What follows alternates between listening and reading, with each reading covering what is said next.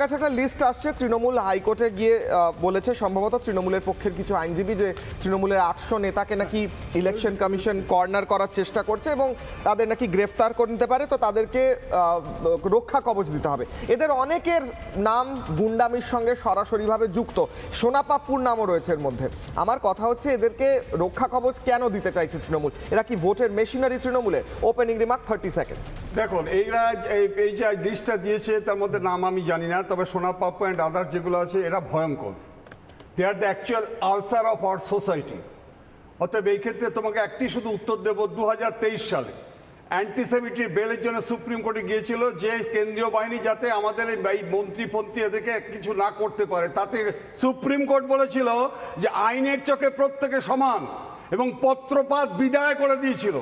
অতএব এই ক্ষেত্রে আমি মনে করে থাকি যে আজকে কল্যাণবাবু করেছেন তার যুক্তি আছে, কিন্তু আমি মনে করি যে আজকে ভোটের জন্য ইলেকশন কমিশন যে চিন্তা ভাবনা নিয়েছে রক্তপাতহীন ভোট করার জন্য আরও সিরিয়াস অ্যাকশন নেওয়া দরকার, যাতে মানুষ নির্ভয়ে আজকে ভোট দিতে পারে, আজকে শান্তির বাতাবরণের মধ্য দিয়ে যাতে ভোট দিতে পারে।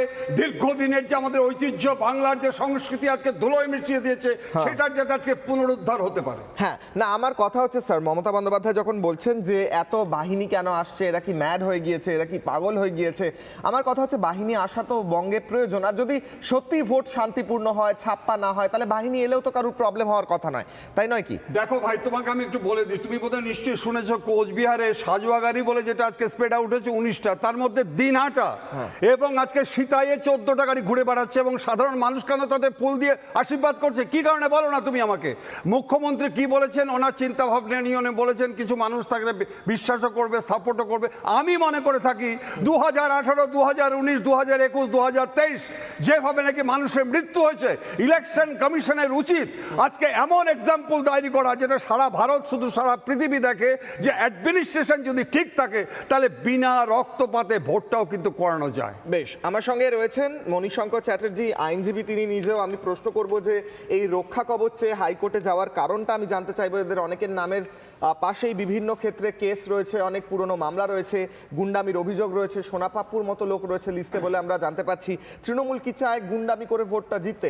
মণিশঙ্কর দা, 30 সেকেন্ডস। দেখুন, এই যে যেদিকে মানে এক্সপেক্ট করে যে এদের দ্বারা কিছু নষ্ট হতে পারে, ভোটে রিগিং হতে পারে, গুন্ডামি হতে পারে, এটা কিন্তু নতুন নয়। প্রতি ভোটেই তাদেরকে ডেকে নিয়ে আসে, ভোটের দিনকে তাদেরকে রাখে, অ্যারেস্ট না রাখে, তারপরে আবার ছেড়ে দেয়। এটা নতুন কিছু নয়। কিন্তু ব্যাপারটা হচ্ছে যে যেটা অনিন্দা বলছেন যে কোনো প্যারামিটার্স অ্যাডাপ্ট করুক যাতে রক্তপাতহীন, ঝঞ্ঝাটহীন একটা ট্রান্সপারেন্ট ওয়েতে ভোট হোক। এটা তো আমরা আগেও চেয়েছিলাম, আগেও তো এসেছিল। দেখা যাচ্ছে আজকেই শুনলাম নাকি রিভলভার তাক করে নিজের দিকেই তাক করেছে একজন সেনাবাহিনী, শুনলাম। এর আগে সেনাবাহিনী নিজেই আত্মহত্যা করেছে।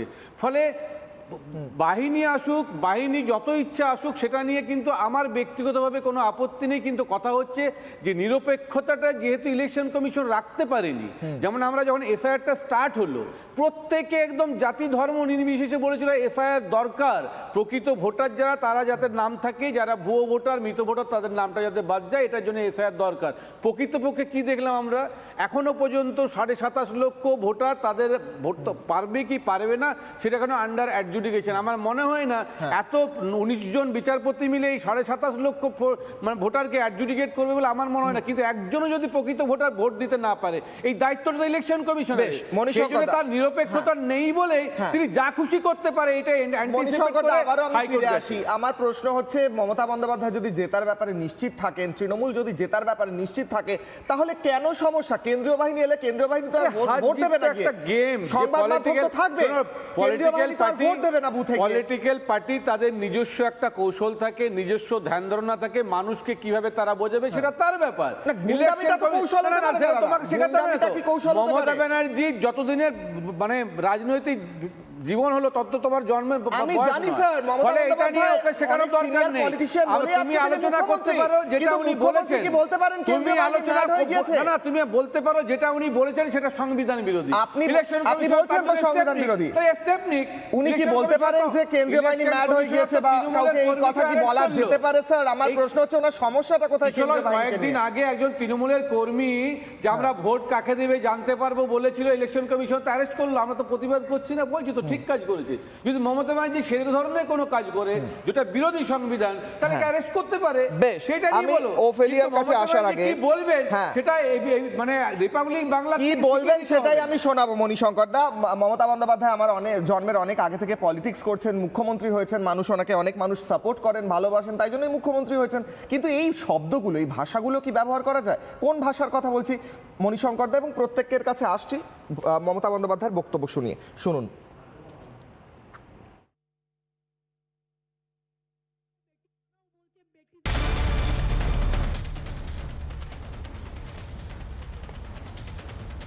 আগামী দিন তো বুঝে নেব।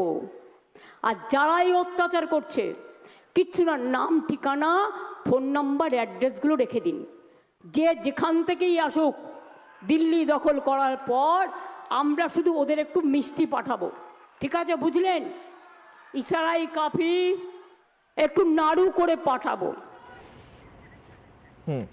ওফেলিয়া সিনহার কাছে আসার আগে আমার একটা প্রশ্ন থাকছে মণিশঙ্কর দা, বাড়ির অ্যাড্রেসগুলো জেনে নিয়ে বলছেন ভোটের পর নাড়ু পাঠাবেন এবং বলছেন সমাজদারকে ইশারাই কাফিয়া, ইশারাটাই যথেষ্ট।